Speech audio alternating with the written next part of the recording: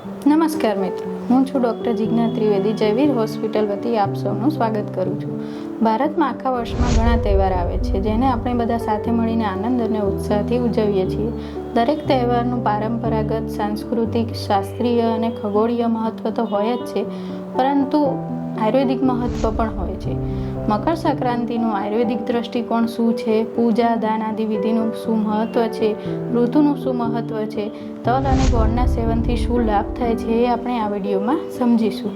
મકર સંક્રાંતિના દિવસે સૂર્યનું મકર રાશિમાં પ્રવેશ થાય છે, જેનાથી ઉત્તરાયણ અને શિશિર ઋતુની શરૂઆત થાય છે. હેમંત અને શિશિર ઋતુમાં મનુષ્યના શરીરમાં બળ શ્રેષ્ઠ હોય છે અને જઠરાગ્નિ ઉત્તમ હોય છે. આયુર્વેદમાં તલનું વિશેષ મહત્ત્વ હોય છે, જેથી કરીને બધા ધાર્મિક વિધિમાં, પૂજામાં, હવનમાં, લગ્નમાં તલની ઉપસ્થિતિ અનિવાર્ય છે. તલ 3 પ્રકારના હોય છે: સફેદ, કાળા અને લાલ. સૌથી શ્રેષ્ઠ કાળા તલ હોય છે, જેમાં પૌષ્ટિક વધારે હોય છે.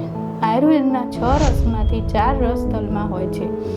શિશિર ઋતુમાં ઠંડીમાં અને હવામાનના વૃક્ષતાના કારણે વાયુદોષ પ્રકોપ થાય છે, જેના ઓછો કરવા માટે તલનું વિશેષ મહત્ત્વ છે. તલના સ્નિગ્ધ અને ઉષ્ણ ગુણો વાતનું શમન કરે છે. ગોળ ખાવાથી પણ આપણા શરીરને અનેક ફાયદા છે. આયુર્વેદ પ્રમાણે તલ અને ગોળનું સાથે સેવન કરવાથી આપણા શરીરનું તાપમાન ઠંડુ રહે છે અને આપણા શરીરને સ્નિગ્ધ રાખે છે.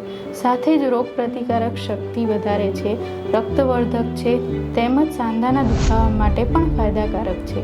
આમ આયુર્વેદમાં તલ અને ગોળના સાથે સેવનથી આપણા શરીરને અનેક લાભ થાય છે અને સૌથી મોટી વાત એ છે કે સ્વાદમાં પણ સરસ હોય છે. તો મિત્રો, મકર સંક્રાંતિના તહેવારને આનંદ અને ઉત્સાહથી ઉજવવાની સાથે આપણે સ્વાસ્થ્યનું પણ ધ્યાન રાખીશું. નમસ્કાર.